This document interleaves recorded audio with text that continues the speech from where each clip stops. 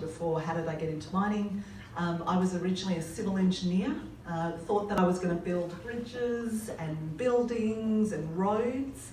Unfortunately, when I graduated, a couple of very well-known Australian figures had caused the collapse of our building industry by building way too many buildings and not being able to finance them.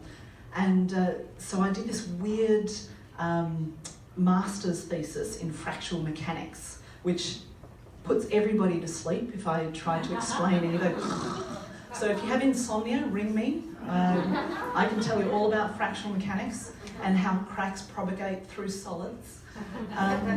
But interestingly enough, mining companies were really interested in that because they want to blow things up. And so I was offered a job as a blasting engineer, and I thought, you know, okay, not exactly what I wanted to do. I wanted to live in a city, but you know, I'll go and live in the country.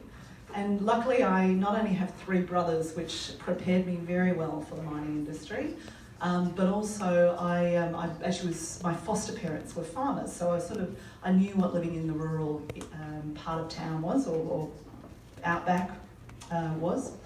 And anyway, I found myself as a blasting engineer. Now, when you are 20 years old and you get to watch mountains blow up because of the work that you do, and literally move mountains, you know, it's a really exciting thing. And all my anarchistic tendencies I might have ever had in my lifetime, I got out during that period.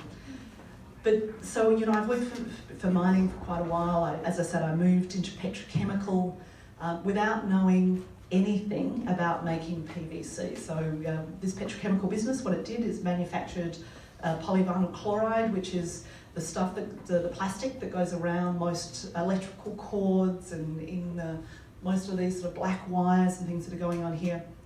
And I knew absolutely nothing. So how did I get that job?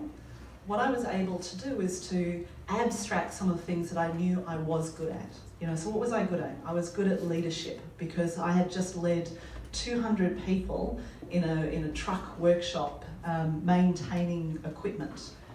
What was I good at?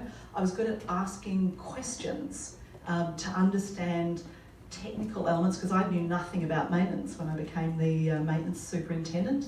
And I could apply those same skills in this new role. I was also really good at understanding behaviours and how you can get people to change their behaviours. So I think, you know, if you want to transform yourself and transfer from one industry or one sector to another, that ability to abstract some of those skills that you have that have made you really successful and then applying them to the new circumstance is really important. And the other thing I've been really lucky to be part of is I've also worked in a number of different countries and lived in a number of different countries. So we said before that clearly I've lived in Tanzania for a couple of years, and in fact I've lived in rural Tanzania around Lake Victoria, so that's, you know, almost as different as you can get from Canada as you can get. And in fact it was weird for me to come back here and live in Canada because I suddenly had to work out how to live in a developed country again. And you know, you'll find the oddest things when you move countries. And one of the odd things when I moved here to Canada, other than the fact that I had to learn a new English language. So when I went and lived in Tanzania, when I went and lived in Japan, when I went and lived in China, I knew that I was learning a new language. You know, it was Japanese, or it was Mandarin, or it was Swahili.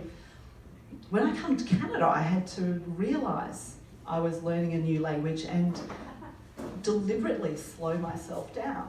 You know, so you've got lifts versus elevators, you guys still use feet versus meters, not too sure why that happens, but I had to work out that I was 5'7", I think, not 170 centimetres.